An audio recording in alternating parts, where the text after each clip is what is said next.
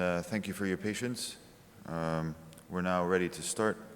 Our first panel for today is titled Global Ghana's Sites of Encounter.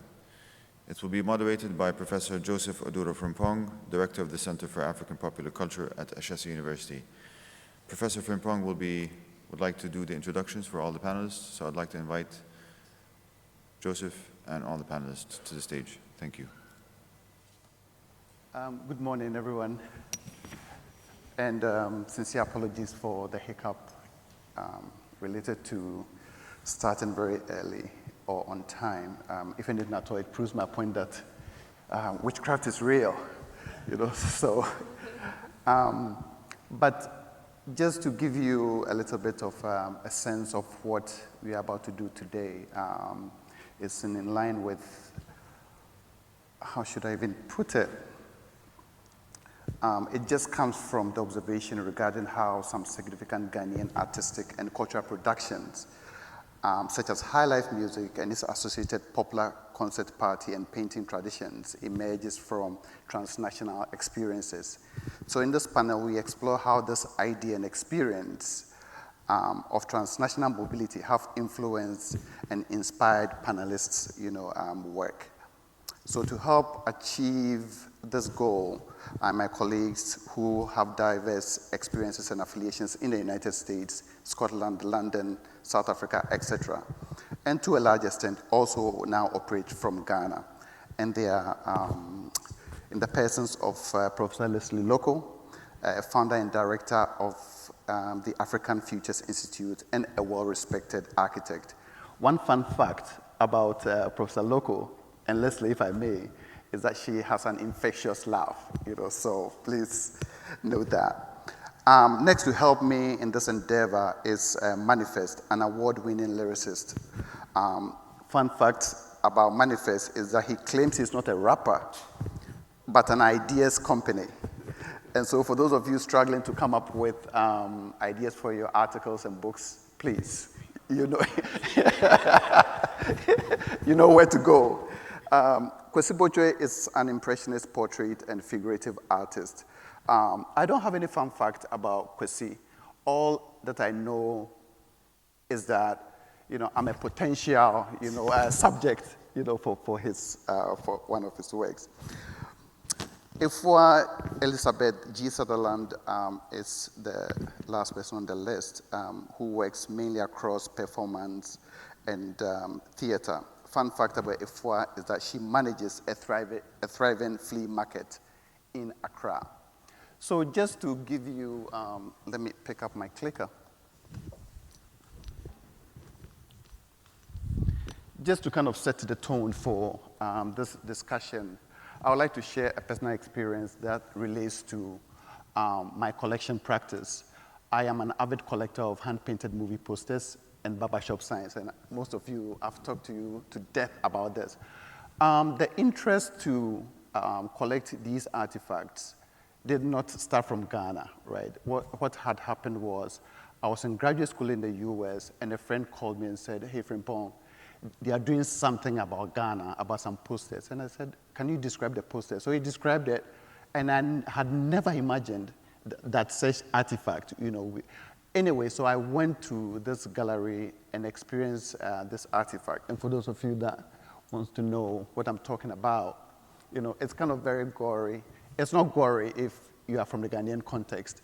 In any case, I went to see these artifacts, and that was, the beginning of my experience to collect, and another example of the barbershop signs, to collect these things. So what I'm trying to do with this particular story is to, make the point that, one's experiences with certain locales, do have an impact in one's, practice. So to begin with, perhaps Professor Lokko, I'm really interested, and all of us, of course, I'm really interested in how your experiences of different locales, right, in the world have shaped, your practice.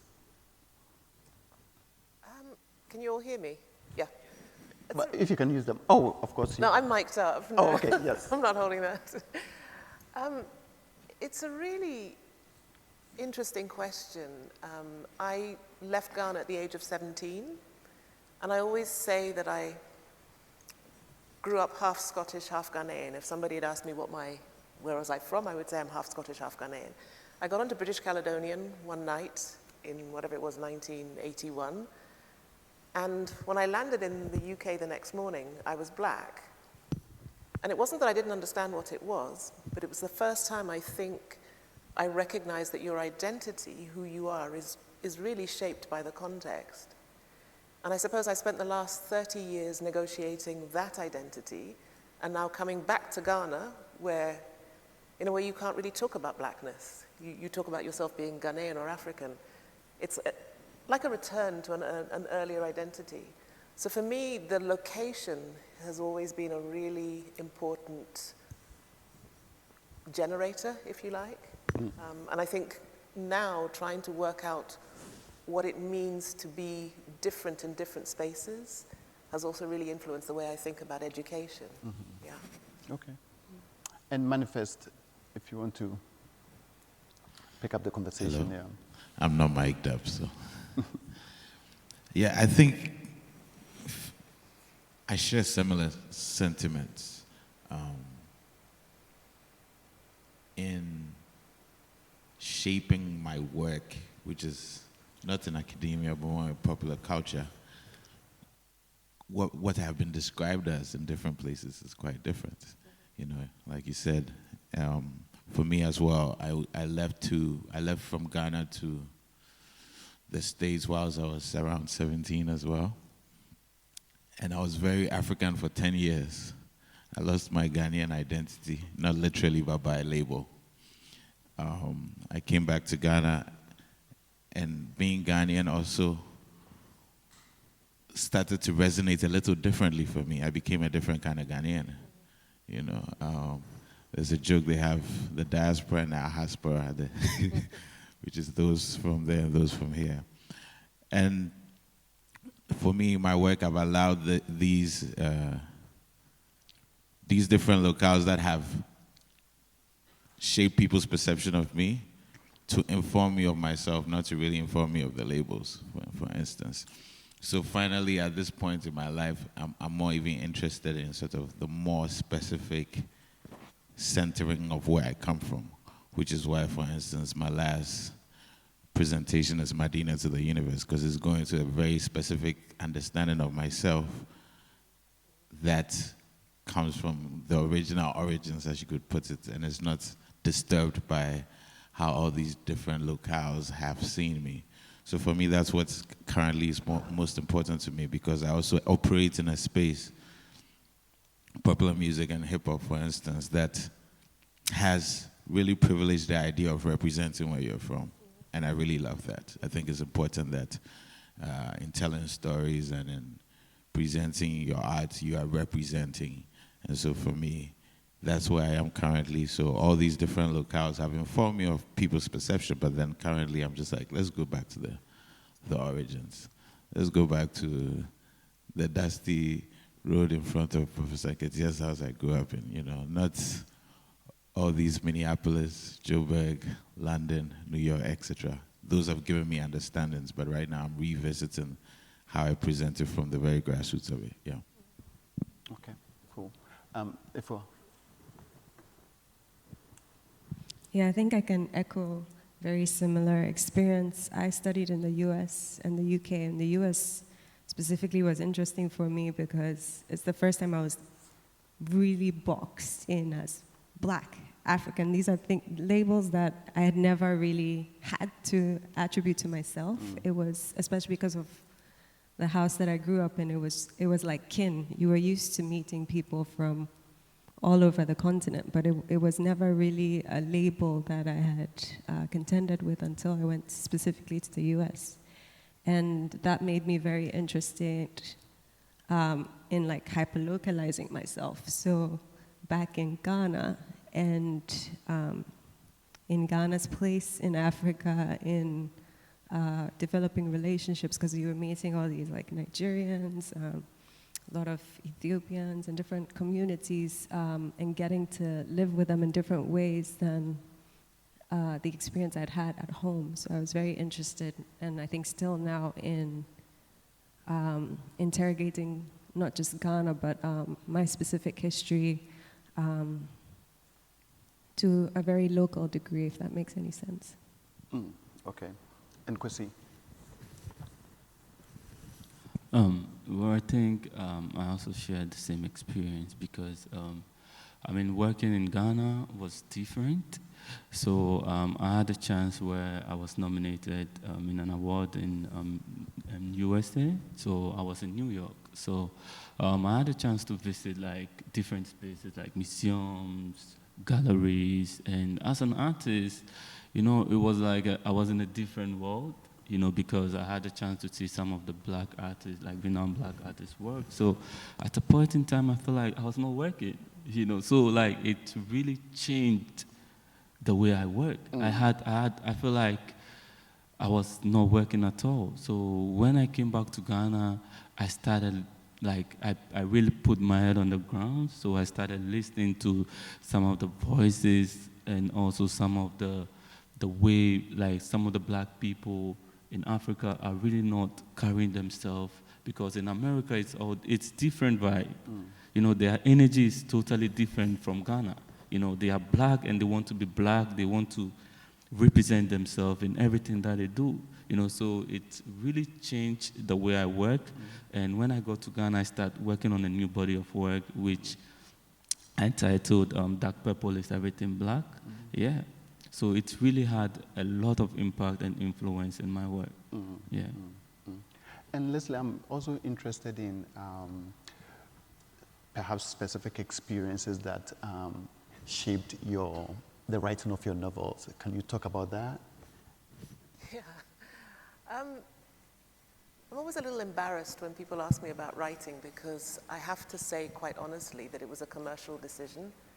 So when I studied architecture in the UK, I sort of looked around at my colleagues who all seemed to be from inherited wealth. And I thought, well, that's not where I come from. And how am I going to make enough money to kind of operate in this sphere? So it was quite a commercial decision. And I looked around and thought, well, what's the genre of fiction that will make the most money? And it seemed to be blockbusters. You know, they'd been out of fashion for a while, and so it kind of seemed like it was time to bring it back. But I was also very specific about the characters. So there was always an African character. Central protagonist was African. There was always an intercultural or interracial relationship at the heart of the novel. And there were always African locations. And my publishers, I think, at first were very nervous that how would this sell to a primarily European audience?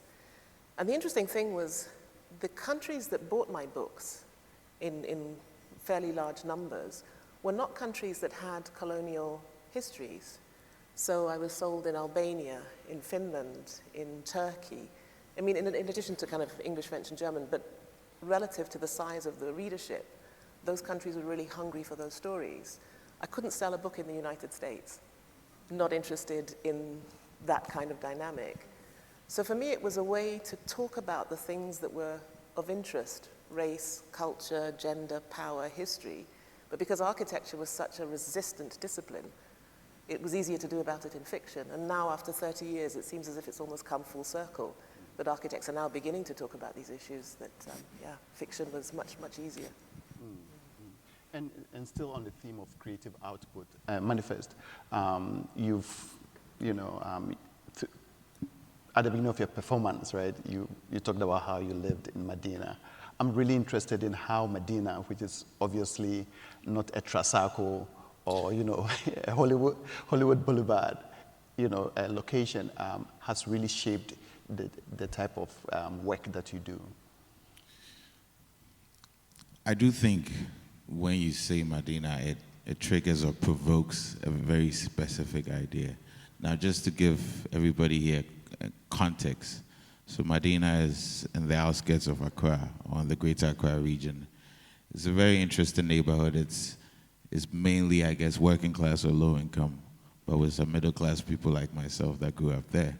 It's also linguistically diverse. Obviously, it's called Medina because I think the people that originally inhabited the land were Ghanaian Muslims, but there's other people there, etc. So Medina is a very typical, prototypical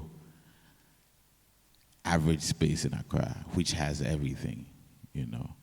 Tarred roads, dusty roads, bars, churches, mosques.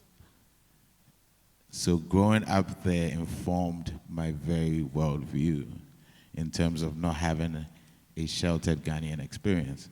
So when I mention Medina, it comes with the full force of the experience of growing up there, the full force of growing up properly Ghanaian, not in any kind of sheltered Ghanaian in a sense, but also in a very privileged space, because growing up middle class in a neighborhood like that, I was the guy with the BMX bike, you know, that was regarded in a different light. So I think for me it's important then in being able to do a retrospective of my journey, both personally and professionally, because I always tell people the seeds of my work were sown from those days, that I acknowledge, not just acknowledge, I acknowledge and center Medina because it's an important part of the story, not just for me, because at the end of the day, when you start looking at popular music form in Ghana and in Africa, places like Medina are what are the most important context, because many people who create come from some of these environments and tell stories that explain these environments, or tell stories that bemoan the problems of these environments, etc. So for me, it's important. It's also a place for me that reminds me of family. Both sets of my grandparents grew up were in Medina, almost less than 5 minutes from each other. So it's also very personal in that regard for me. So it becomes like Medina becomes a whole universe before I exit out of it for me. So I think it's been important to kind of use it as I don't want to call it a focal point, but a kind of a pillar to express big ideas, but from that small locality. And in very specific terms, in your, let's say, your videos, your music videos, in what ways do you project Medina? You know, it is not uncommon in my space, which is making popular music, for people to choose studios, green screen, and you know, Efua and I were talking about how Ghanaians like to be escapists in choosing to portray things that we don't have and things that we desire, etc. But for me, making the conscious effort to make unapologetic music in terms of both standards, linguistically, other things, one point of connection for me are the visuals I depict, and depicting visuals in which people can relate to is their normal everyday life, and even being able to show those visuals in a different way. I have a music video called Some Way Be, in which everybody's familiar with every single thing they see there, but it's how it's put together as art. That people are literally walking the streets of Medina, Nima, Shaman every day, but not realizing that being able to bring that together visually in a certain way is art. It doesn't have to be any kind of contrived or pandering to anything else. You know, where we come from is inspiration enough. So for me, being able to do that has been rewarding. I've sometimes feel that it's, sometimes I look at some of those old videos and I cringe. I say, ah, man, you're doing too much.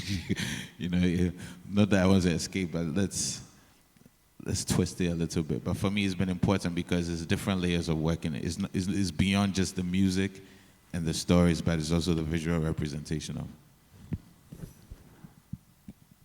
And with Kwesi, you also come from, not that you come from Nima, which has certain characteristics, you know. Nima shares certain characteristics with, you know, Medina. And I'm interested in how perhaps, you know, Nima has, you know, influenced you. Well, I think, like, when I started working, I always look at people around me, and I look at the issues that I can solve as an artist.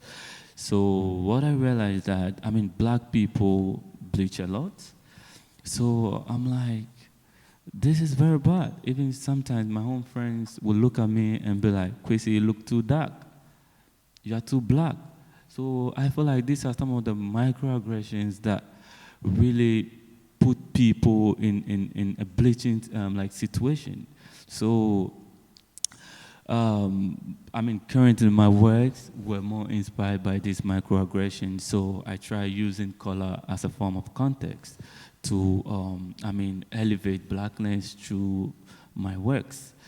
And I use more like colors like purple, because purple has been an ancient color, which is linked to royalty, and you mostly find purple worn by people with authority. So I thought of putting that together as a form of context to create a statement, and also to elevate blackness through the work of my work. Yeah. And not to put you and M.anifest on the spot, I just have to do this self-disclosure as well. I grew up at a place called Abekala Pass. For those of you that know Abekala Pass, Abekala Pass is the hub of popular cultural activity in Accra, or one of the key areas. And if you look at what I do now, you know, my writings on hip life, my writings on obituary posters, vehicle inscriptions, it comes from Abekala Pass, you know. So I wasn't trying to put you guys on the spot, right? So that is that. But I'm interested, Elisabeth, how has your interdisciplinary background, you know, shaped your artistic practice?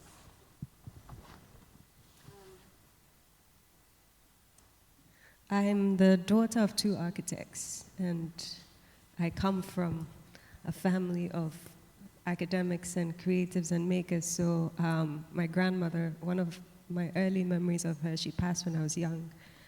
She refused to buy us games. She'd be like, go outside and play, you'll figure it out. So that was kind of a philosophy that I picked up as a child, is you constructed the world that you live in, and you bring, you know, out of your consciousness and your imagination the reality within which you exist. And I think that's something I've carried through, because down to little things like I'd wanted to make a go-kart. I had seen a movie or something, an American movie, and they were driving go-karts, and I told my dad I wanted one, and he promptly gave me a pile of wood and a hammer and a saw. And, you know, you figured it out. You didn't quite get the steering mechanism, but you figured out how to create and construct. And that's something that I was very much in love with. I was in love with stories as well. As a child, I loved to read. And as I grew up and I became a storyteller in different ways, I think I carried that over. And I then think of not necessarily the genre that I'm comfortable with or that I'm trained in, but what the story needs. So, for instance, I think the photo that you have of me was a collaboration with fantasy coffin maker Padjo for his 60th birthday a few years ago. And not this one, but not this, yeah, not this sure. one. He has a very specific folklore around himself as well. He's a very interesting craftsman, master craftsman, worked for many years in Elmina. A lot of people don't know he actually crafted boats for almost 10 years in Elmina, and that's part of his woodworking practice.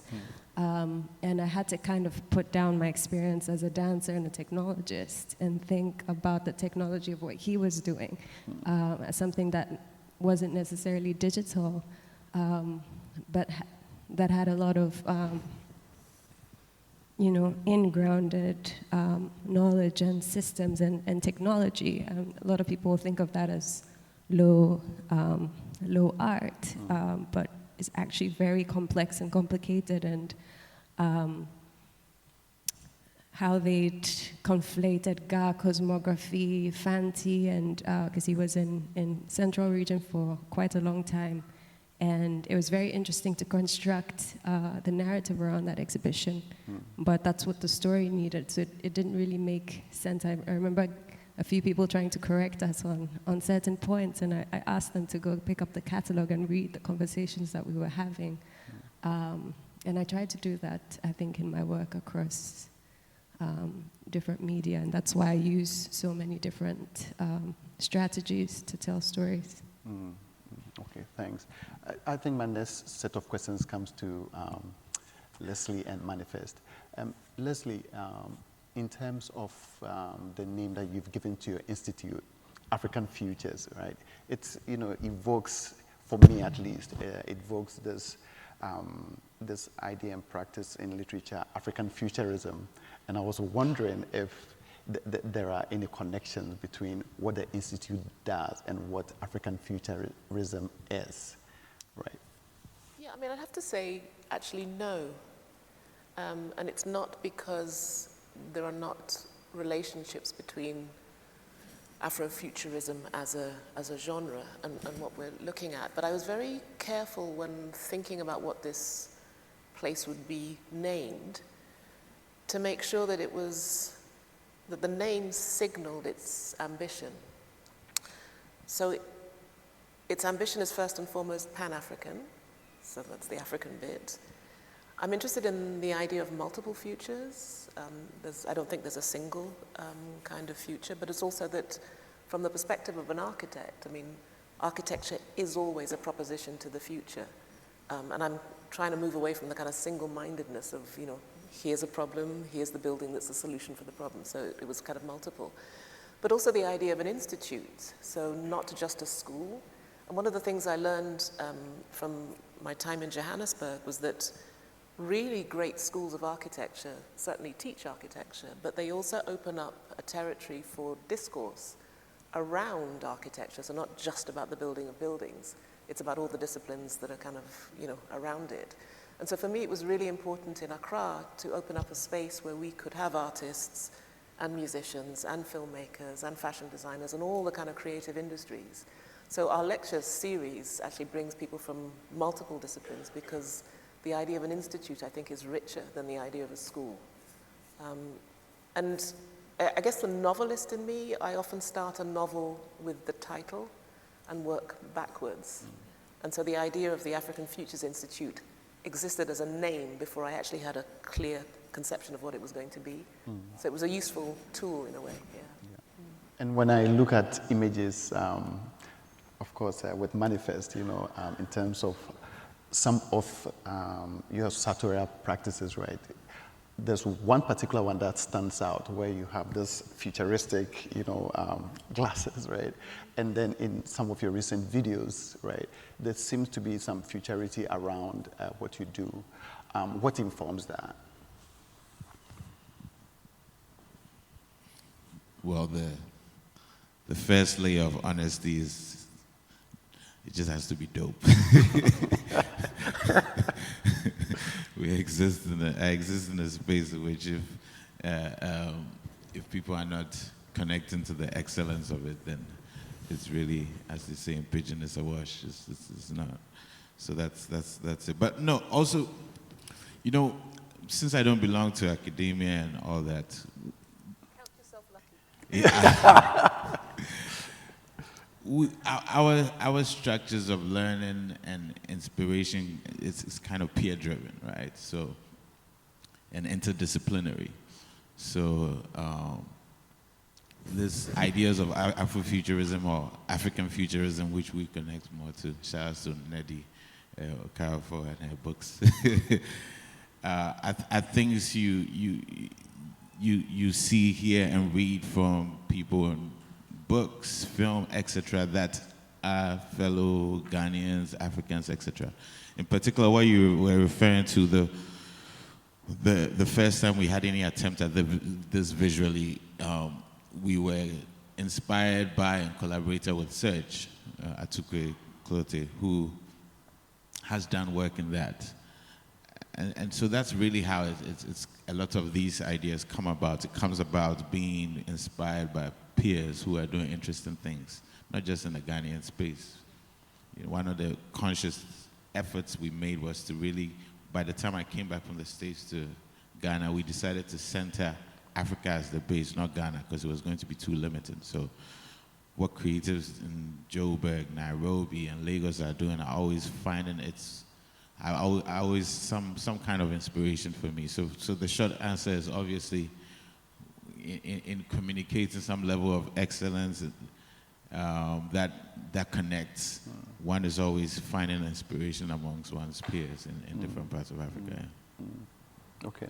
All right. So thank you guys very much for your responses to these questions. I think our audience members are really eager to engage with us. So at this point, I think we will open it up for people to ask us questions and pick up from where we have left off, or if there are gaps to fill it in. So at this point, yes, we open it to the audience. Thank you very much to all of you. And my question to all of you is this. So sitting in Ghana right now, okay, right now I'm sitting in Sharjah, but you know what I mean. Looking at the way Charlie, life is hard. I sit in a privileged middle-class space. I sit in the academy. I live in Laboni, which is, I don't know if I can still call it middle class, the way it's gentrifying. It's bougie. But it's definitely bougie. And yet, even me, I'm feeling the pain. The CD is depreciating. CD is depreciating at a very fast rate. And when we were putting this conversation, not your conversation, this meeting together, we talked about and we thought about Ghana in this global space. We always seem to be, a space that attracts people, and year of return and all of that. And yesterday, Nana mentioned Soul to Soul. Now, I was a child when I went to Soul to Soul, but everybody was there. I didn't go to Afrochella, but I know middle-class people who went, including my children. Those moments today seem to me not to be drawing, quote-unquote, ordinary Ghanaians. Forgive me if I'm being, classist. So my question to all of you, in the work that you do you recognize, do you see, do you consciously bring in those quote-unquote ordinary Ghanaians, a phrase that many of us don't like, who is the ordinary Ghanaian? Especially when you look at the return movements. And yesterday I referred to the backlash that Ari Lennox got on Twitter. The anger was that it's privilege, privilege comes to enjoy Ghana, and Charlie, we're on the ground and we are suffering. So in a long-winded way, I'm asking, how do you see, and it's okay if that's not part of your agenda, because we all have to operate in different spaces, and we cannot be all things. I've been accused that sometimes, why am I writing about people who are privileged? So just, I'd like to hear about your intentions, your experiences, some of the contestations you may have experienced, and how you respond to that. Thank you. All right, then we come to Pramesh and then Njiba.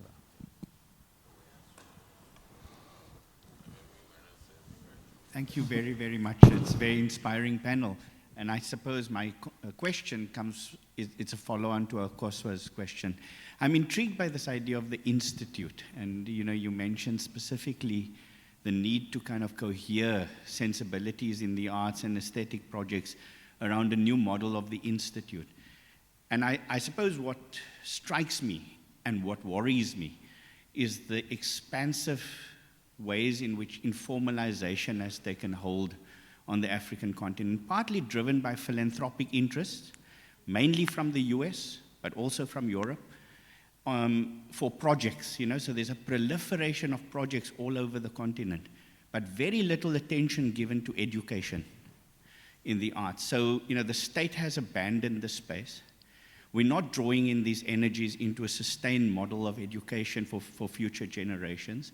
And I wondered whether the Institute is a model for thinking this question through in a much more systematic and careful way. Have you had any thoughts on that?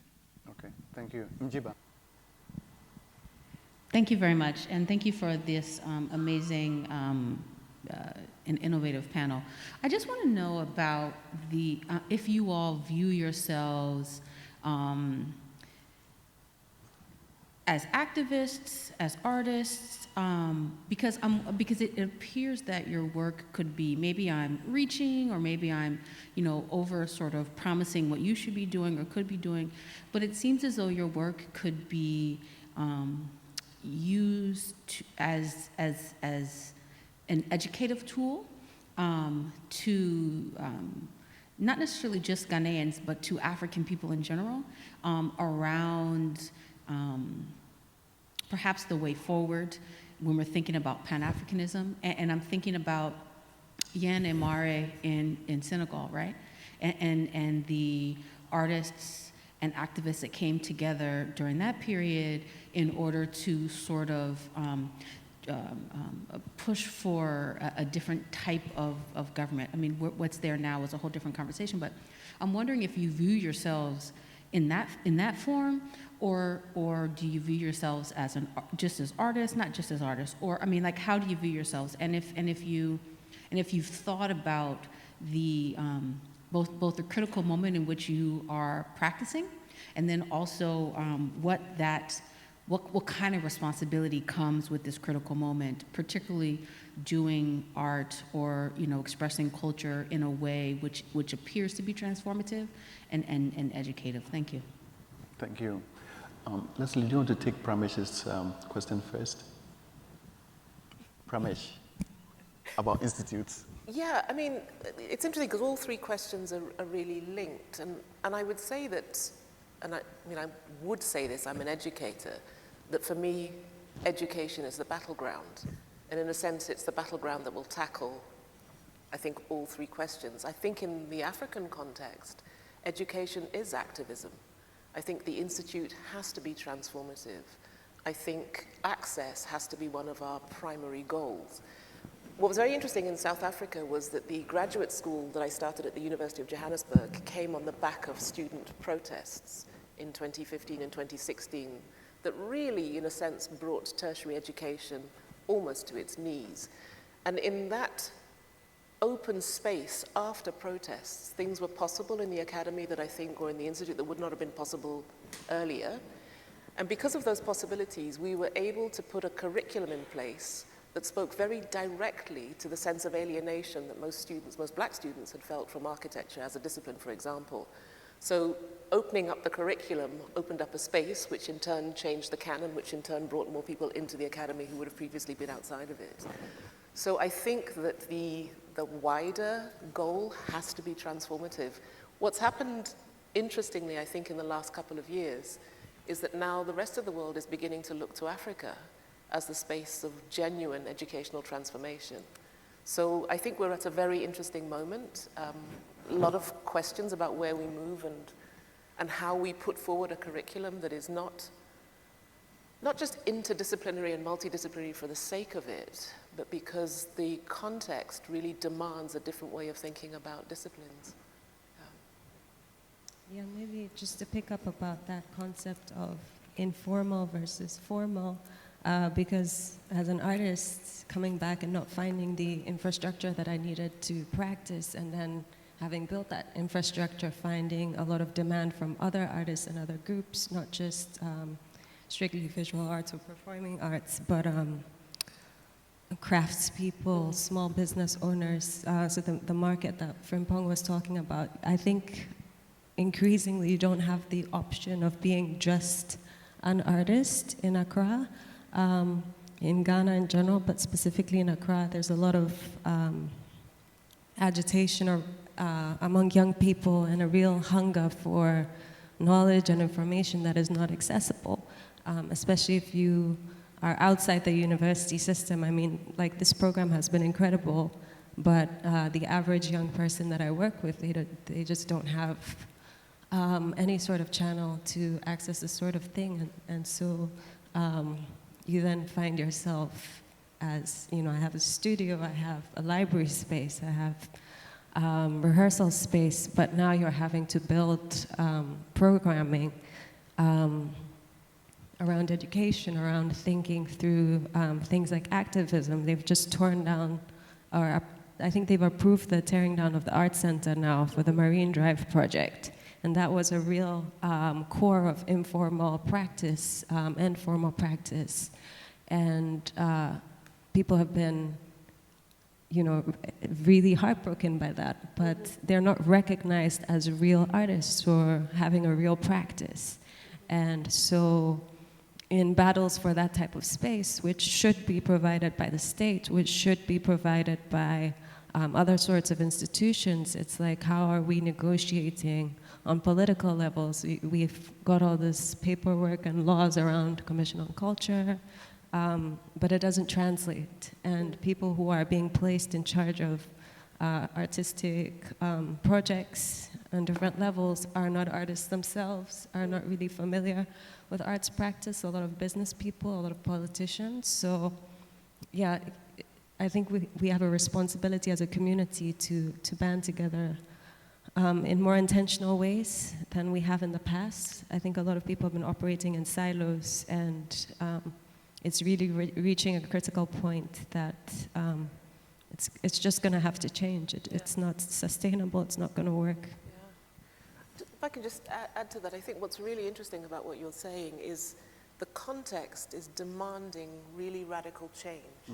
So it's not that change is coming to the institution randomly, it's actually the institution itself has to respond to this. So if you think about all of the language, the terminology we use, academia, activism, practice, somebody was talking about sheltered Ghanaianness versus, in inverted commas, real Ghanaianness. I think what's really interesting here is that we can't use the same language anymore. And so could it be that, in 20 years' time, and I always think that education is a 2-generation game, in 2 or 3 generations' time, will we have a radically different model of the academy? And so the distinctions between formal and informal, these sort of labels that have been put onto our practice, may no longer be relevant. Yeah, because I think just to top that up, informal does not mean organized, especially in a space like Accra. And I think the lack of recognition of that is what's causing some of this agitation and some of this change that's coming, but it's definitely, it's palpable, and I'm sure you'll see some of that later.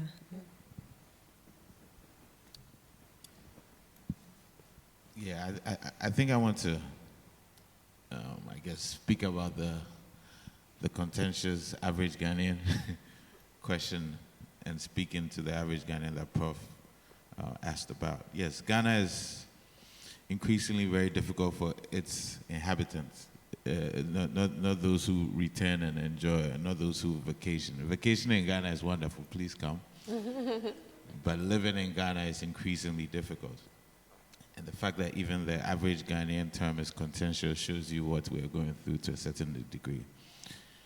What I want to speak about specifically is that for me, certain things I do in my work is not necessarily activism or any of these things, but by virtue of standing in a certain place, representing empathy, representing critical thinking and certain things, it becomes in some shape or form being in opposition to something that's wrong.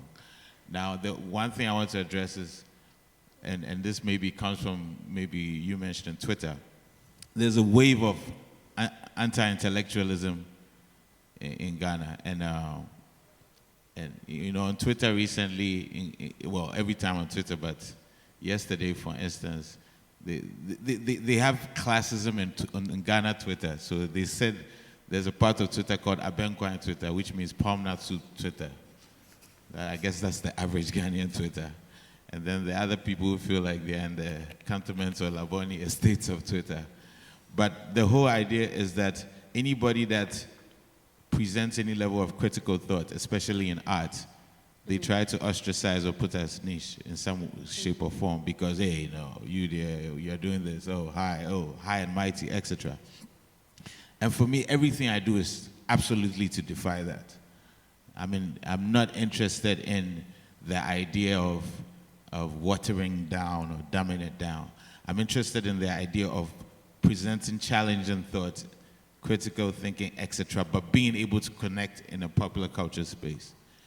to defy the idea that any kind of intellectualism or thoughts or ideas belongs in spaces like this. On the contrary, I mean, in 10 plus years of doing this, I can say how many times I've been in spaces like this to express my thoughts rather than in music and to the average Ghanaian or to the average person. And it's been important for me to defy that, and I will keep on doing that because we do suffer in Ghana from this anti-intellectualism, from people in politics to this thinking is becoming a bit of a rare thing, it's becoming a preserve of academia. I mean, that's ridiculous for me. So as an artist, I'm not seeing myself as an activist, but I'm seeing myself as representative of the fact that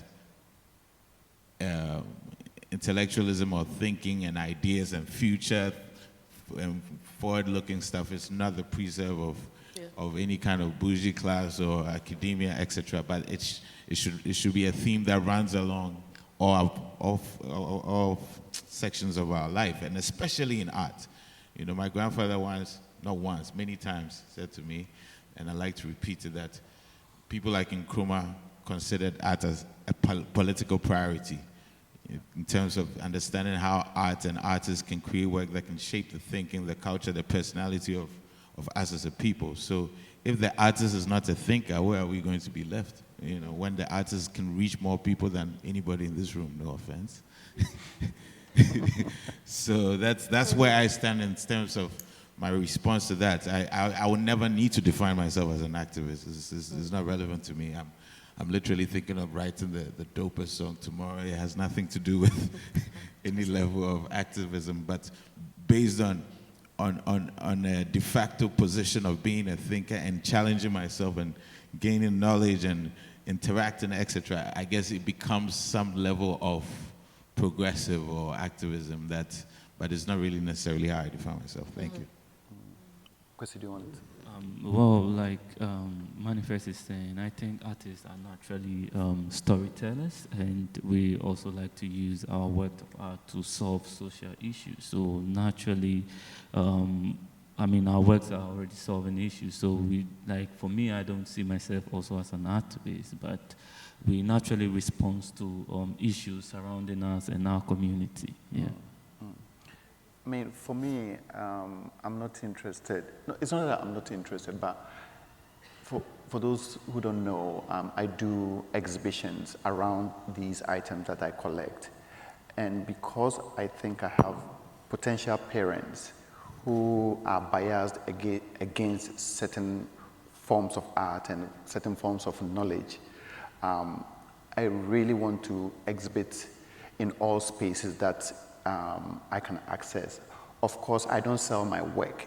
Therefore, exhibiting in galleries becomes very difficult. But my goal is to reach these potential parents that are biased against hand-painted movie posters, barbershop signs.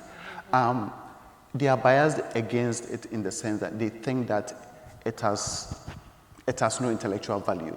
Right. So for me, I want to exhibit in these spaces and then engage these potential parents, right, who are going to bring their children, to school, and then ensure that I kind of change the way they think about these art forms. Yes, perhaps this is a mild form of activism, I don't know, but my goal is to ensure that I project these things and then ensure that I project them as sources of intellectual discussion. So. Yeah, but to add to what you said, I think it's not their fault because, let's say for instance, my family, I'm the only person doing art, and if you look at our educational system, it's being influenced by Western culture, and art is not seen as like a much priority subject. Like we see people who are block-headed to learn art, and even when you go to school and you have low grade, you want to do business and you have low grade, instead of they making you to write the exams to pass your business subject, they'll push you to the art side. You understand? So I think it's a correction that needs to be done. And even if you look at Ghana at this rate that Ghanaian art is on a rise and it's in demand. And up to now, we don't have like a modern contemporary museum. So sometimes it's a shame. When you travel outside to different spaces, you see how these infrastructures are put in place to help these creative industries. So I think it's the government,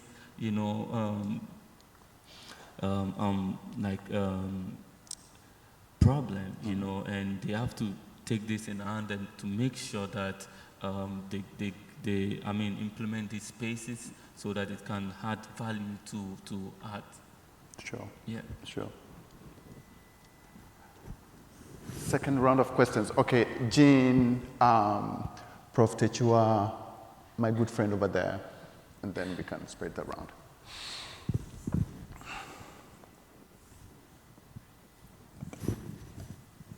This has been just lovely. I have a very simple question about audience. So as creative people who've also sort of lived and worked, many of you all over the place. So when you are undertaking creative practice, what audience are you imagining as you put together your work? That's all. Thank you. Thanks.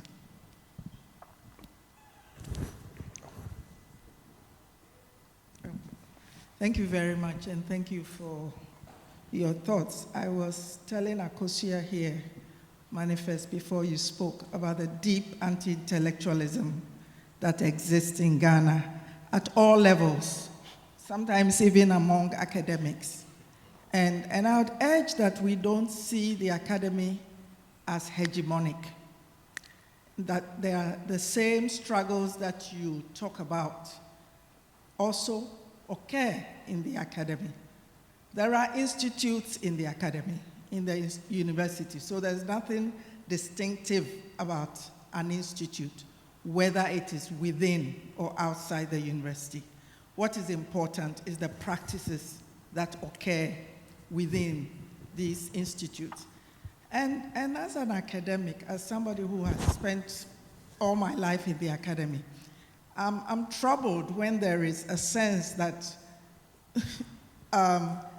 all the transformation can only occur outside the universities, because it is a struggle working within the university also. We struggle with ideas, we struggle with the state, we struggle with our colleagues, and we blend different types of practices.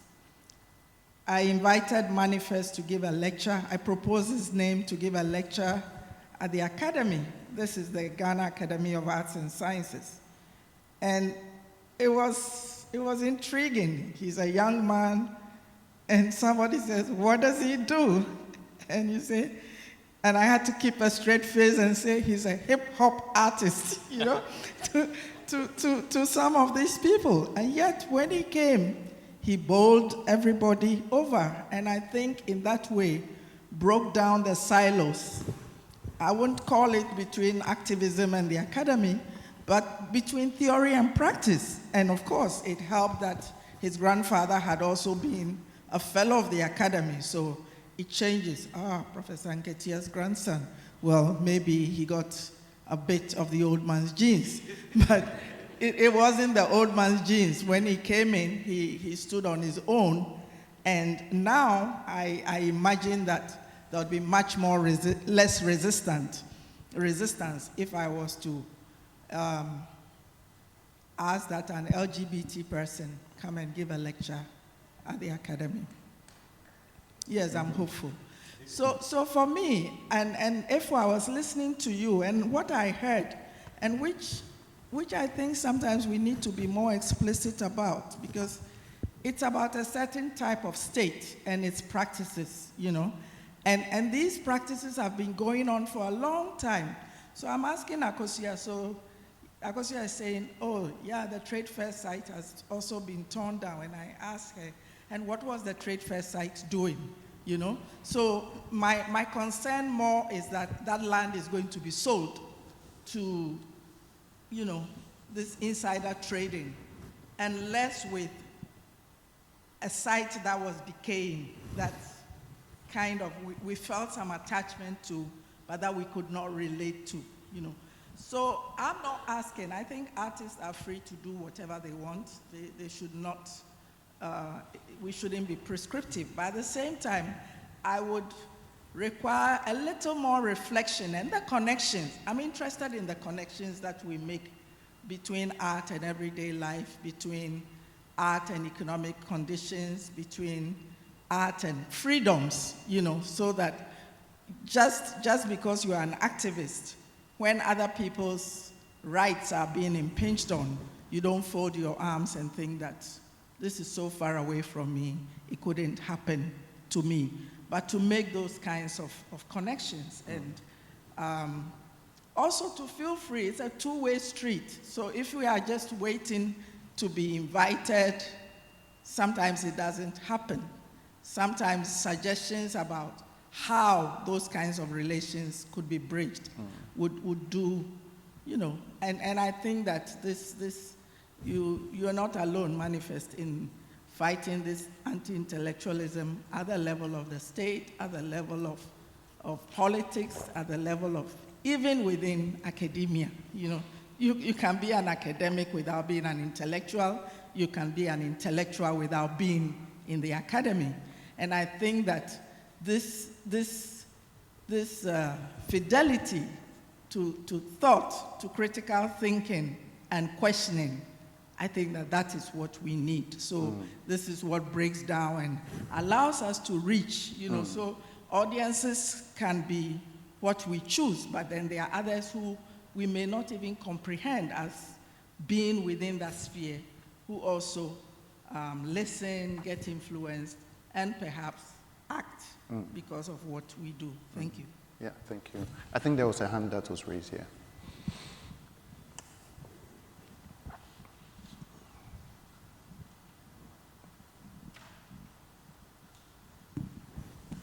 Thank you. This has been an interesting session.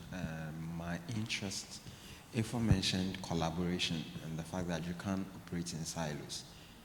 And I've been particularly interested in the space in which M.anifest finds himself. And I'm asking, my question or my issue is about collaboration and then competition. How easy is it for you to collaborate, especially looking at the tangent on which you are? How easy is it for you to find people in that same line and then to collaborate? And at the same time, how do you manage competition? You know, you find yourself in a space where you are competing for an audience, then the finances and all that. So how do you manage that competition and keep your focus? At the same time, how do you find people in that line, in your line of thinking to collaborate? Okay, cool. All right, do you want to take it? You want to take that one first, and then, yeah. Okay. That's a good question, because it is a reality of the primary world I've chosen to operate in. That there's a concept of relevance that people talk about, and it has to do with the attention you're getting and the business opportunities. So I guess that's what you're saying. How do I navigate that whilst collaborating? I mean, it's a careful balance between being purpose-driven and also being aware of sort of the commercial or business realities of what I am doing. They do work in tandem to a certain extent. I can't operate as if being purpose-driven is the be it and it all. My significance in my space also affects how I can be effective in the things I represent or the ideas that I try to spread. So it is a careful balance. For me, I guess the shorter answer to your question is that I look at collaboration in a very much more multidisciplinary fashion. I don't look at collaboration as a very music-based thing. Oh, which artists am I collaborating with? My favorite collaborations have been other artists who are not musicians. One of my favorite collaborators is from Zimbabwe. He's called Kudzinai. He did one of my album artworks. He's brilliant. For instance, we did a collaboration where I did a live soundtrack of his film, We Live in Silence, and it's a brilliant film. It has so much that it says, and I don't know if it's 12, 15 minutes. So those have been interesting for me in that regard. So then I take myself out of just my discipline, and I am not obsessing over, oh, if I work with this person, it takes away extra. I don't even have that mindset, but being, interdisciplinary or multidisciplinary kind of approach allows me to both keep things interesting and to be expansive. I have to be expansive. I mean, I can't say all these things and not show it in practice. So that's the answer to your thing. I think. I don't know. Okay, thanks. Efua. Maybe just very quickly to tie in, I think Jean's question about community, audience, and the issue that was raised about academia and even the spaces that were torn down. I think more than just, the trade fair, what was happening there was decrepit, is a recognition of the communities that did exist in those spaces. So Art Center, for instance, people don't realize that there's an auditorium on the side there, and it's used by a lot of people. But because, in their view, or even with Trade Center as well, there were certain communities in that space that were just, given notice and then that's it, and we see this not just in those large type of spaces, but things like container settlements, where you're given notice and then very violent breaking down of people's structures. And I mean, they're back the next day, but we need to recognize that when we map spaces, that there are humans in those spaces. It's not just about the monument or the infrastructure, it's also the ecologies within those spaces. And as you work with different people, you realize that you have to adapt. Again, this idea of formal versus informal. There are, like even the Chocho drivers at 37 and the Popopo music groups that that's not recognized as a thing. So it's like, if we break down the station, very sad and whatever. And I think there is this continuous tension between academia and this idea about, you should approach us and you should tell us what you're doing. But at the same time, there's so much work to be done, and I think that's what's hopeful about projects like African Futures Institute, about some of the other collectives that have popped up, is that they are helping with the highlighting, because the burden should not be entirely on academia, but also should not be entirely on the artist. There's a responsibility, so for Jesse to go and pick up photos and make sure they're exhibited. The artists cannot carry everything. Academia cannot carry everything. And as we work with these different groups and these different audiences, we have to consider the complexity of their existence and where they are. And even recognize, like for me, a lot of my more experimental work is very palatable to a Europeanized audience. So I was doing a lot of residencies abroad at some point, and I was like, I have to stop this. I have to be home for some time. And realizing that there's some amount of translation of self, translation of work, and just contextualization as well sometimes. I think we would all do better to look at that as a very urgent process that needs to happen. Because I think I've been home for about 10 years as well, and it's something I've noticed. And I mean, my family is a family of academics. I mean, you all know Ashesi and all these people. She teaches at the Institute of African Studies, and it's difficult for me to access those spaces sometimes, despite her extending invitations and doing her best to provide access. So for somebody who's unschooled or generally intimidated by those type of spaces, it's a whole different level of challenge. So I think it's important to hold that in recognition as well. Okay, Lesley. I'm going to say, I studied sociology before I became an architect, and in the UK, you cannot enter architecture at the graduate level, you have to go back to year one. So I spent quite a long time in the university. And one of the first things I think I realized about architecture as a discipline, and I entered it because I wanted to know a lot about one thing. Sociology kind of teaches you a little about many things, and I thought studying a profession would be the opposite. I would know a lot about this one discipline. And after 7 years, I know less than when I went in. And it's partly to do with the incomplete nature of the discipline, but that's also its joy. And I found that the academy, and it's a little bit evident even in this conversation, is very binary. You are either inside the academy or you're outside it. You are either an artist or an activist. You're either a theoretician or a practitioner. And there's something about architecture as a discipline that resists those definitions, although it tries very, very hard to hold on to them. And one of the first times I started teaching, we ran a project with a group of students called the Nation State. And we were trying to look at the relationship between how citizens pledge allegiance to the state in return for security, defense, welfare, whatever, and the way architects pledge allegiance to the discipline. So as a professional, you agree to abide by a certain set of rules and the discipline will kind of protect you. And architecture was always described as a strong discipline. It was a strong profession. History, sociology, art, they were always described as weak professions because they have no professional security. After 7 years, I realized that the opposite was true, that actually history, music, art, those are the strong disciplines because they're robust enough and confident enough to take in outside influences. The professions, engineering, medicine, law, architecture, are the opposite of that. They're weak professions because they're constantly protecting their edges.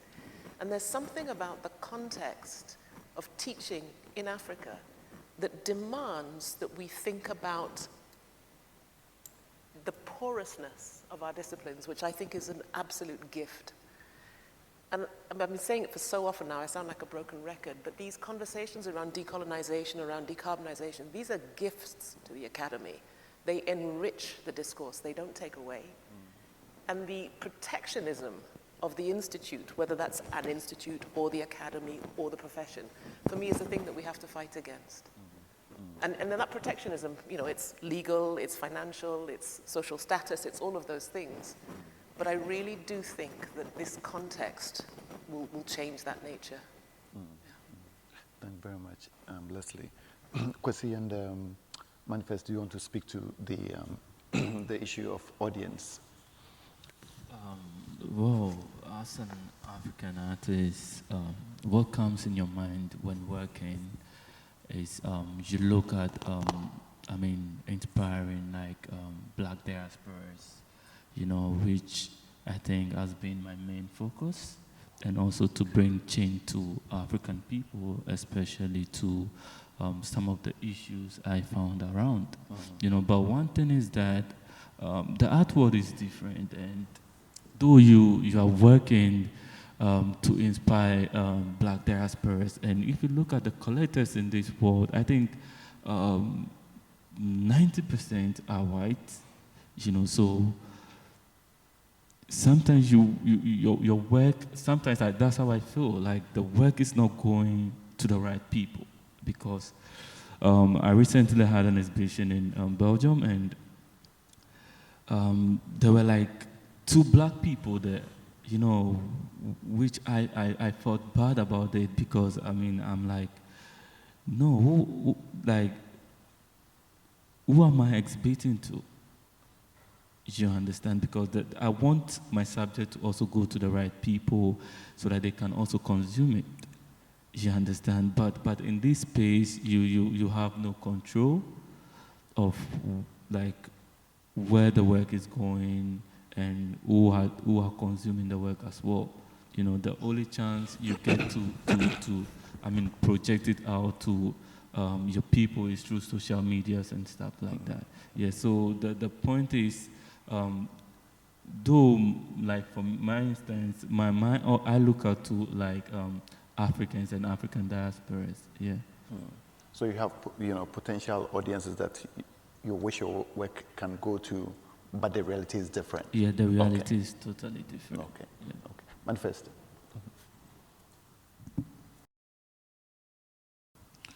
With music is almost the opposite, fortunately. Sorry, my brother. Because when I create, it's very immediately for, Ghanaian youth, black youth, etc. Because there's a culture surrounding it. Whether you're online, offline, that culture, you encounter it. You know who you're talking to. It doesn't mean those are the only people listening or enjoying, but those are the primary people. For me in particular, I think over the years, who I know in terms of, if I look at the back end of information and when I stand on stage, at the highest percentage of my listeners will be, I guess, college age Ghanaians, Africans, etc. It almost reminds me of when I was in college. That's when I was consuming a lot of arts, music, film, etc. And those people love being in their dormitories arguing about who's the best rapper and what the song means and the latest dance, etc. I love those guys. Like, as we say in Ghana, they take the whole thing World Cup. And so those are my primary, and it's very energizing because it tells me that transformation is possible because they are molding themselves and they are being molded at that point in themselves, their choices that they are making. So I truly enjoy that is the primary audience for me, and that's the context, which I guess makes me want to also refer to something Professor Tijuamenu was saying, which is, so for me, if that's my primary audience and context, it does immediately seem like there should be a connection to the academy because those people are there, right? But it's actually on the contrary. Even the students are not listening to my music and Afrobeats and etc. and connecting it to their sociology class, etc. So it's actually beautiful when in academia you have those spaces in which these worlds are being brought together and these conversations are not so distant and binary to a certain extent. So I guess the whole point is figuring out how to make those convergences not anomalies but commonplace to a certain degree so that the next time we have this, a lot of students here will also be joining this. They might just walk in because they might be intrigued by Kwesi's work, Efua's work, etc. It might not be, and it becomes more fluid in that regard. These spaces don't start alienating, the average person or etc. So I guess for me that's my response to that. Yeah. Okay, thanks. So yeah, the third wave of questions, please. All right, so we'll go from this end. Okay, 1, 2, 3, 4, and then the fifth person will be you. Yeah. Please keep your numbers. Thank you. It's a wonderful panel. Thank you very much. Frimpong, when you started off, you said that, for instance, about Elisabeth's work, that she was thriving in Ghanaian free market. And also the question of creative industry was also raised. I want to understand what kind of economy is, sustaining this everyday artistic practice, and what kind of discourse is there about the political economy? Because as much as we want to have new languages for new futures, the languages that have been created by power are still circulating and being remobilized. For instance, the idea of formal, informal economy is being used by IMF, World Bank to sustain the status quo. They are still in circulation. Then what kind of other discourses about political economy are out there? These are my two questions. And maybe we know in Africa even in the Western world, the humanities and the arts are, constantly incarcerated, and they are not, helped as such by the state, even though the state, takes the tax and everything. Instead, the state is again using this idea of entrepreneurship, right, to even, extract economy from these sectors too.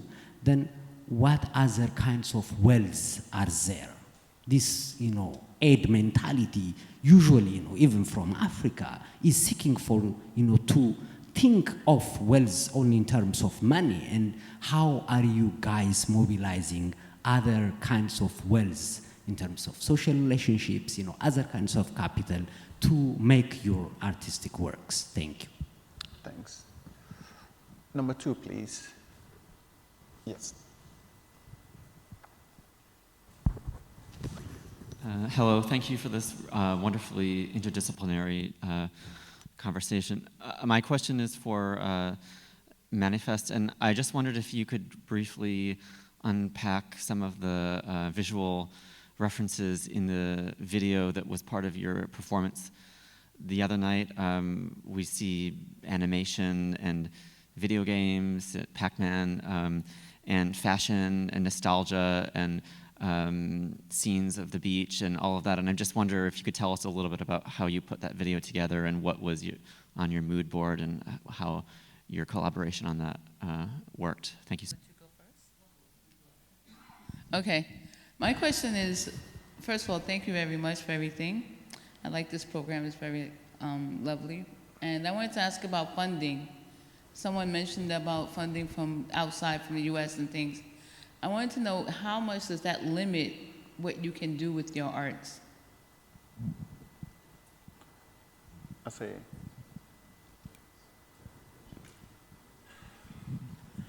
Okay, so mine, a couple of comments, and tying it to what Prof. Menu said about the resistance of our country to critical thinking, etc. An example is, I'm a filmmaker, and at a point I was practicing and teaching, and I decided to go to graduate school, and people stopped giving me commercial work because eventually I found out that they said I was going to school. I was doing graduate studies, and so I no longer belonged to the industry, hence I shouldn't be given work. And yeah, and I found that really very interesting. And over time, it played out in different forms. And then I moved again to programming festivals, etc. And people were like, oh, so you're still in film. And I was wondering how an attempt to just, learn a bit more has become a problem. And it's still something we battle with, even in the space of, I am a filmmaker, in the space of film, there's always a conflict, even especially in Ghana. If you went to film school and you learned on the job, we have tensions, because then those of us who went to film school sometimes are treated as, you don't really know the job. You went to a film school and you're bringing a lot of critical thinking and intellectualism to the table, whilst we on the job are hands-on, but really we are supposed to work together. And it has gone so far that even in defining what African cinema is, which of course is very contentious, where what is African cinema? And the definitions have come in different forms.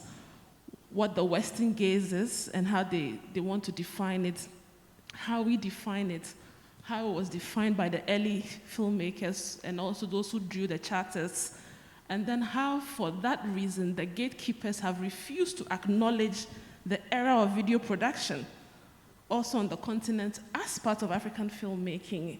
To think that today we are all hailing Nollywood and Netflix, etc. But it has happened because of the chance for Ghana and Nigeria, out of necessity, to go to video film production, and it has dovetailed into other things. So this resistance and also this gatekeeping in between the arts and academia and etc. And even within the art and the arts, the different forms of otherings that happen continues to be problematic. And I'm glad that we're having this conversation and discussing this. Thank you.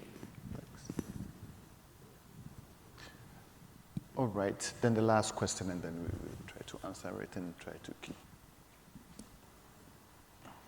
Thank you so much. This has been very, very, really speaking to my heart.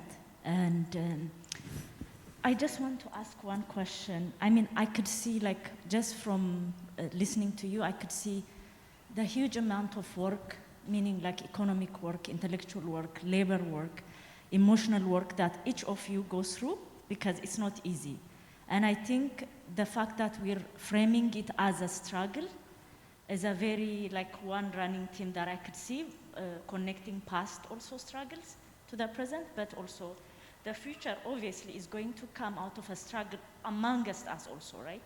Amongst the formal, informal conceptions, amongst many struggles that we have to go through, but hopefully for a beautiful end, although the beautiful is kind of scale-wise different. So I really want to ask each of you but one question, which is, how do you engage creatively? Because now the footnote about struggle is like you were saying, education becomes a battle. And then you also battle for the audience you are to create, for its attention, but for conversation also, right? So manifest, like the way you were talking about, you want Africa as a base, right? So, but you also relate with Lagos, Nairobi, and all of those creative energies that you kind of have a conversation with, to think of a public, right? To think of a community or to work with, if you say. So this is where the state comes in, right? This is why we have to think about the state also in an interdisciplinary way, because the state fights for those publics and frames them in a particular way so that they can be maneuvered to be to that electoral politics, which is becoming the rule, right? So how do you work with that creation and creative bifurcation of that community, which is already trying to maneuver its everyday struggles through economic, idea-wise, and all of that? So do you have that relationship with the state in this manner? Because the state is not outside of all of this, because it comes and disposes, it comes and takes away the working places or the audience or things like that. So again, with architecture, but most through the institute, how do we think of the state more creatively? Like how do you buy, like Chechua was saying, you were invited to that academic conference, you brought everybody in. So that gesture of buying everybody in through these different practices, what does it look like? Especially if you consider the citizen as a public. So I just wanted to know about this way of thinking about the state, because the state is not only an institution, it has to actually scavenge on the community so that it can take up power. So that is the site of struggle I see, and I think you are already engaging with it, but I want an intentional conversation or anecdote or even a frustration would help. Thank you. Yeah, thank you. So we have a question around funding, source of funding, a question around the materials that you portrayed, and then the third one from Mariam. I think Mariam's question was linked to the first question, and then Aseye's submission was just a contribution, and then we have the last one. So how do you want to take it? Sure. Okay, so perhaps maybe you start with the last question because it's directly engaged. Okay. I suppose to go back to the beginnings of this conversation, one of the byproducts of working in many different locations is that you understand, I've understood, primal relationships, like the relationship between public and private, between institution and state, between audience and educator. I think I've come to understand those as very site-specific. So what I understand as the state in one context becomes a very different beast, if you like, in another. And I don't have a single answer for that. I would say that, again, the byproduct of this kind of hybridity is that it enables you, or one, to become quite dexterous in the context in where you are.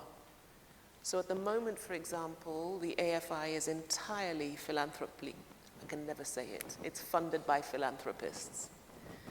Those philanthropists are mostly American, but they're Black American because they happen to be at the heads of some very large institutions at the moment, which is also a specific moment in time. 5 or 10 years down the line, maybe there's a different kind of power dynamic, and it might be easier or more difficult to raise money, etc. There is a phrase, and I think it's Rosa Luxemburg who talks about it, who says the point of an engaged life is at the moment of maximum resistance, you go into the fight happy for battle. And in a way, I think of all of us are kind of battling, but not only in the frustrated, tense, difficult, contentious sense of the word, but also in a joyous sense of the word, because fundamentally, I mean, to go back to the question about your audience, artists, in the widest possible sense of the word, are always speaking to someone. There is always an audience. And that relationship, I think, has to embed a kind of optimism, otherwise you wouldn't do it. So it's a very rambling response to that. And to the question of funding, you know, it's a hard truth, but without it, it's almost impossible to maneuver. One of the joys, I think, of being in and out of the academy over the past, whatever it is, 30 years, is I have really come to understand how individuals also play an enormous role, both within the academy and outside. And it's that belief in the power of the individual to make a change or to transform something that I think keeps all of us, in some senses, going. Sometimes it's a funder, sometimes it's an artist, sometimes it's a student, sometimes it's a young activist. But I think the relationship to the individual will is really important. And, you know, as a collector, unfortunately, I don't have a patron with an endowment that I can, you know, dip into and get the things that I want to collect. So it's, you know, it's from my salary. Thankfully, my wife has been very supportive. Sometimes I buy things on our behalf. And then she learns about it later when she's checking the account. But that's what has been, you know, that's what is the case. I buy things from my own resources. It doesn't come from any external donor or anything like that. And I think it ties into the individual will, right, to get or collect these things because you know its potential value, right? Not value in terms of financial value, but its cultural worth, you know, to future generations. And that's what propels that will, you know, to collect in spite of the pain of, you know, paying for those things. So I think that ties in with Mariam's question about funding. There is a lot of agenda-driven funding as well. So some organization or other has a focus on some group or other.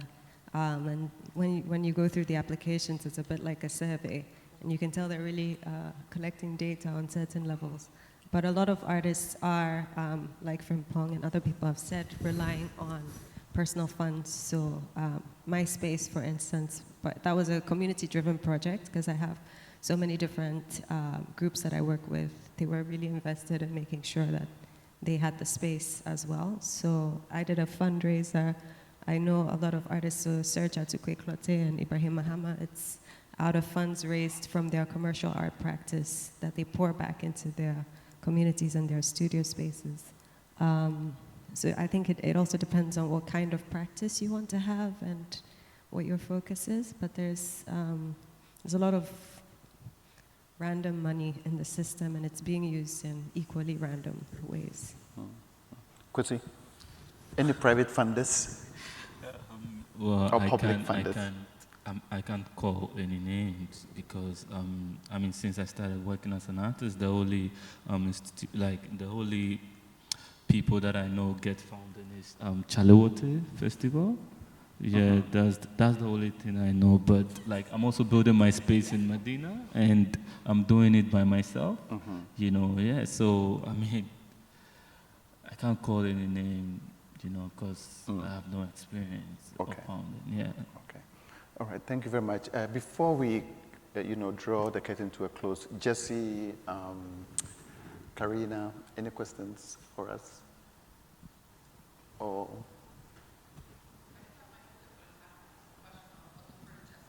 okay.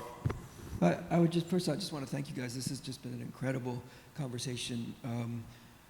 It's sort of, if you want to answer the question I had, it sort of had to do with African futures. I was reflecting on M.anifest performance and all of your work as imagining some new idea of what the future might look like. And I was also thinking about all your work, which in some direct ways and some indirect ways leads from an Nkrumahist vision of the future, where, as Professor Nkatia was one of my teachers, Efua Sutherland was one of my teachers. So thinking about the arts as a way to imagine a Pan-African future and a new possible future at a moment of independence, and art was supposed to be central to that. The built environment was supposed to be central to that. Performance, music, painting were supposed to be central to that vision of the future. And it's almost like that future didn't happen. And often when people are doing something in Accra, as in many places, but in Accra, I'm always struck by people saying things like, oh, Nkrumah had a vision for this, which we're maybe catching up to or which we forgot. Something like Marine Drive, the vision for the Arts Center, trade fair. These were all things that Nkrumah and people around Nkrumah, like Professor Nkatia, like Efua Sutherland, the elder, they were imagining what this landscape could look like. So I'm just wondering if you guys have an idea of what your work can do, in some, like you've already talked about this, but just what would you like Accra to look like? What would you like 22 generations from now? I don't know. Can art actually do something in this specific way, or are we catching up to the past future, which is now gone? Is that a question? I guess it's a question mark. Yeah. Thank you. Yeah, thanks. I'm going to go back a bit because I didn't address your question about the sort of the architecture of the performance. So when I created the album Medina to the Universe, I was always aware of the fact that it needed to be a bigger audiovisual experience, because I seek resonance, right? I'm not seeking to entertain per se, I'm going after resonance. So that requires a visual language that enunciates everything I'm doing, that is relevant to it. But then I'm also an artist, so part of it is pushing the boundaries. So how do we create a universe? That's the animation bit. How do we create our own universe? We know the Okada bike, which is a form of transportation, but create a flying, an Okada going into space. How do I push imagination with reality? So it was a bit of a challenge really trying to think of how to combine this universe that we're creating in terms of animation, which even though it has references to real life, with some of the more real life footage. But we thought it was still important to try and do that for the resonance of both letting you understand some of what I'm talking about, having visuals of Medina and these places, etc., but at the same time pushing the imagination with the animation bit. So that was sort of why the architecture of that was that way, to have both resonance and to just artistically push the imagination somewhere to a certain degree. So I enjoy doing that because I think it allows different layers of resonance. The people who want to come and be entertained at the shows will still come and be entertained. They'll come, jam, see visuals. Those who want to go back and engage with it more and say, oh, that was interesting, I saw this, etc. I was triggered by this evoked this, we'll still get that. So for me, that's how I try to approach my work, with those layers of resonance, you know. The first layer has to be that, once again, it has to be dope, I'm sorry, going back to that. And then the thinking that goes beyond shaping what I want you to receive from it, you know, in terms of what I am saying and that. And it's always a work in progress. This was the very first Medina to the Universe show. By the next one, I would have fine-tuned some of the visuals some more. So, yeah, and to attempt to answer your question will take me another week to think of.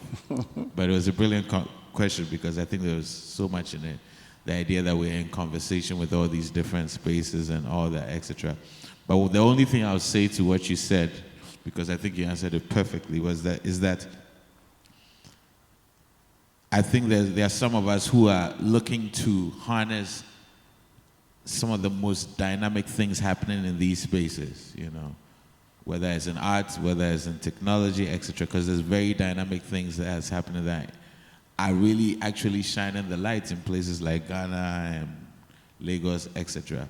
Well, minus the difficulties and frustrations is those exciting, dynamic things that are happening. You know, small movements that need light, and really just try to tap into some of those things and letting them, I guess, mushroom into things that maybe are funded and then are culturally relevant, and then start creating some levels of power. I don't know, whatever that means, cultural power, etc. I haven't thought through it so much. But I think there is power in this idea of being in conversation with that you said. That is amazing, because it also reduces this idea of operating in a silo, because you don't have to just be in Accra or Kumasi. Like, you're constantly in conversation with, and then developing and being in connection with, and there's some power in there that any idea of the nation state or the state cannot simply just crash or sit on top of. They can't sit on our happiness, because we're in this continental and global conversation. And in the interest of time, Lesley, if you can have the last word. We've got like 2 seconds to go, but there were 3 words that, and it's in answer to your question, 3 words that have been really resonant for me. One is vision, one is imagination, and one is representation. And to make this point in as concrete a way as I possibly can, in the architectural curriculum globally, mostly you have 4 components: design, history and theory, sustainability, and technology, roughly. When we started thinking about a more transformative curriculum in South Africa, we knew that many of the students come from oral storytelling traditions. So we started to think about what the relationship between a history and theory outcome might be in an oral context. We had one Zulu student, a woman, who was a slam poet in her spare time. So we started to think about how could we take the medium of slam poetry and ask her to perform a history and theory dissertation. So instead of being 7,500 words with footnotes and all the kind of rest of it, she would make a performance.